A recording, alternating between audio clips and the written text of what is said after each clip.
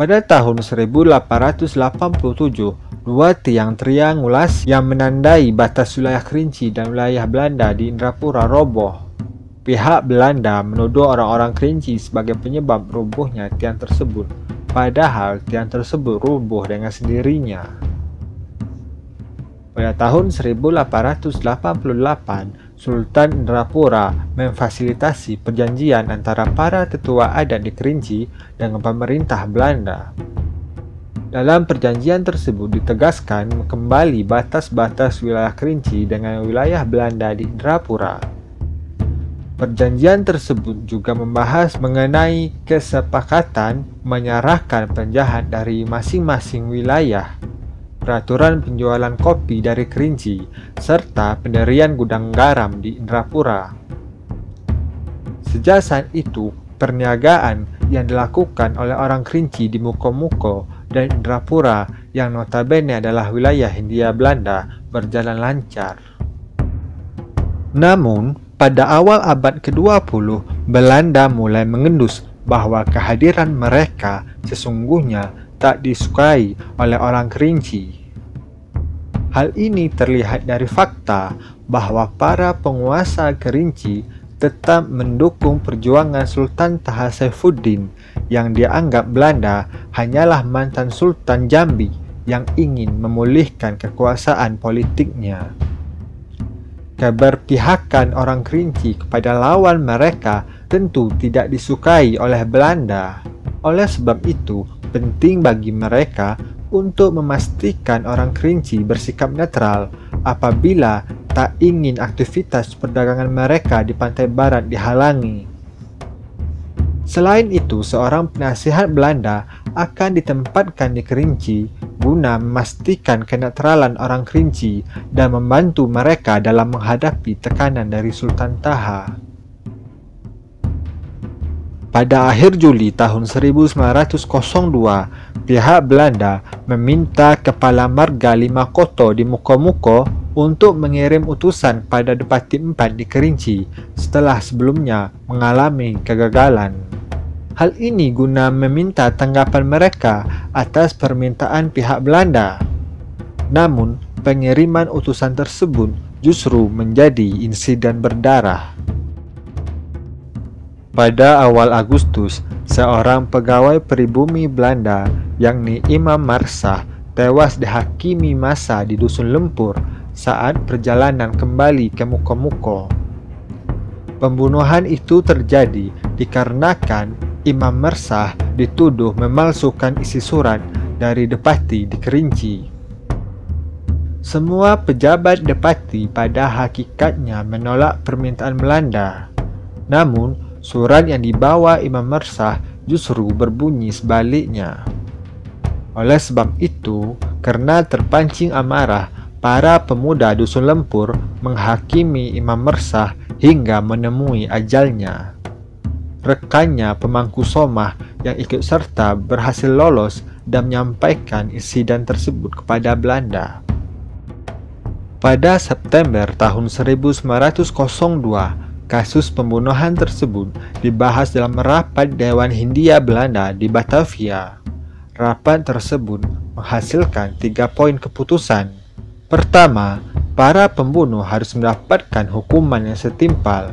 Kedua, wilayah Kerinci harus diisolasi dengan menutup jalan keluar dan jalur niaga yang biasa digunakan. Hal ini agar pembunuh tak bisa melarikan diri. Dan yang ketiga, tindakan menggunakan senjata diizinkan agar penduduk mengetahui tuntutan menyerahkan pembunuh tersebut. Namun, keputusan itu berubah menjadi rencana penaklukan wilayah Kerinci melalui ekspedisi militer. Hal ini dikarenakan tidak adanya niat baik dari pihak Kerinci untuk menyerahkan para pembunuh, bahkan setelah mereka diblokade hampir selama 4 bulan. Pada Februari tahun 1903, asisten residen di Painan dan kontrolir Belanda di Indrapura menekan Raja Indrapura Sultan Muhammad Shah agar ikut serta dalam ekspedisi militer tersebut. Kehadiran Sultan dalam ekspedisi diharapkan mampu meredam perlawanan orang Kerinci. Raja Indrapura tak dapat menolak tekanan tersebut. Ia segera mengirim surat dan utusan ke Kerinci untuk meminta agar penduduk Kerinci tidak melakukan perlawanan dan beraktivitas seperti biasa saat militer Belanda memasuki wilayah Kerinci.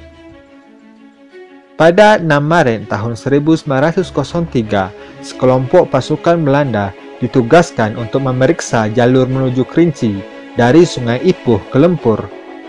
Namun ketika sampai di wilayah Renah Manjuto, pasukan tersebut diserang oleh pasukan Kerinci yang dipimpin oleh Depati Parbo. 5 orang Kerinci tewas dalam serangan tersebut, sementara pihak Belanda hanya mengalami luka-luka. Belanda kemudian mempertimbangkan jalur lain, yakni Koto Limosering, untuk masuk ke wilayah Kerinci.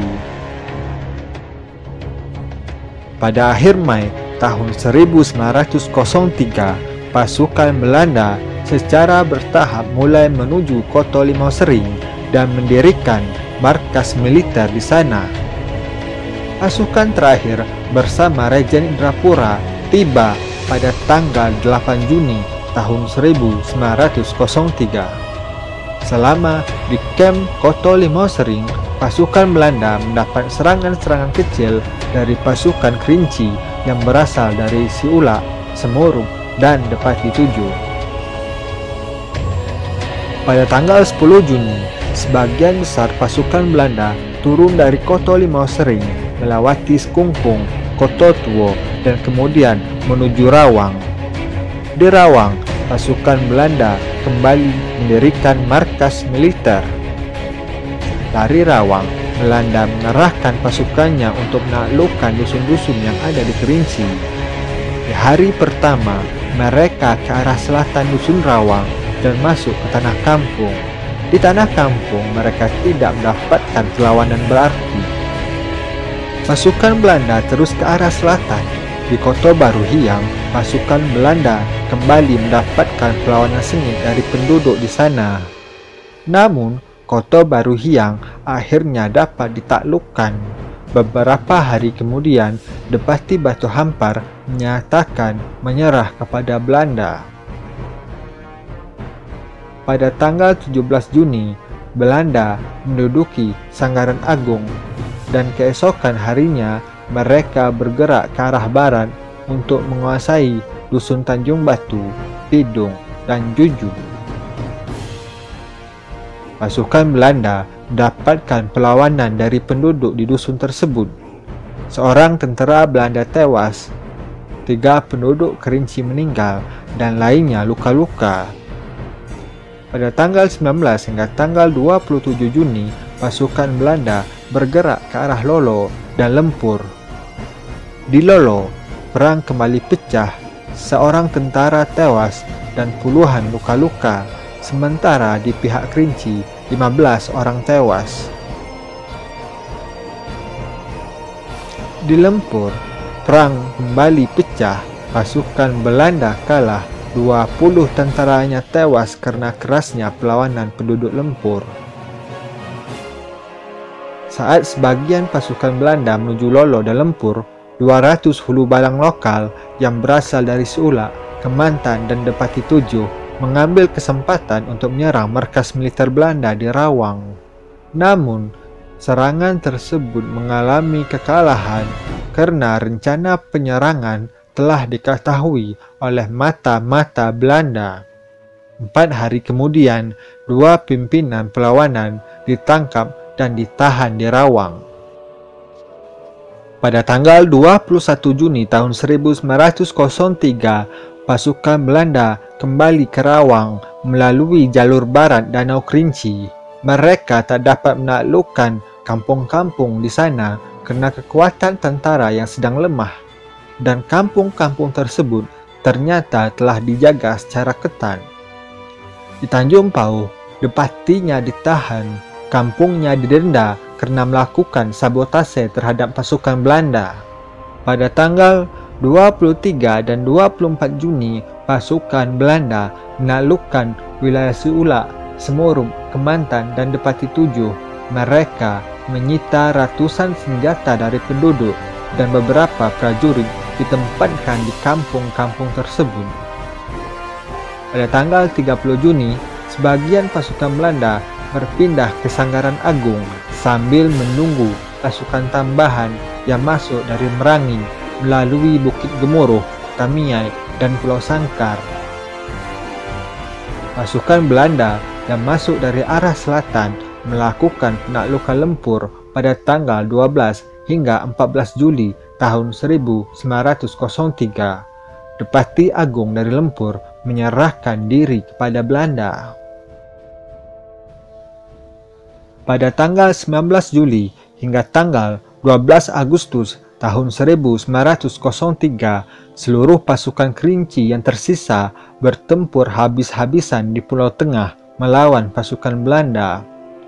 Pertempuran tersebut mengakibatkan ratusan penduduk meninggal, kampung terbakar, dan pemimpin perlawanan ditangkap. Pada bulan September tahun 1903, penduduk Lempur membayar denda pembunuhan yang mereka lakukan terhadap Imam Mersah setahun yang lalu.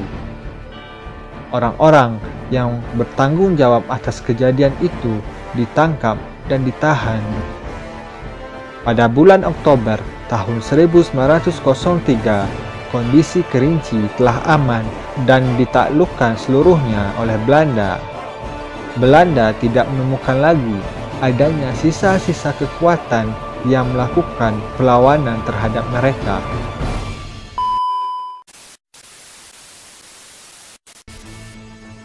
Demikianlah kisah patriotisme penduduk Kerinci dalam melawan penjajahan Belanda. Perjuangan yang cukup berat dan melelahkan. Belanda membutuhkan waktu 3 bulan untuk menaklukkan Kerinci seluruhnya dan memadamkan semangat perjuangan rakyatnya. Kejadian tersebut ditulis dalam buku yang berjudul Nota Betreffende de Afdeling Kerinci yang terbit tahun 1915 oleh Van Haken.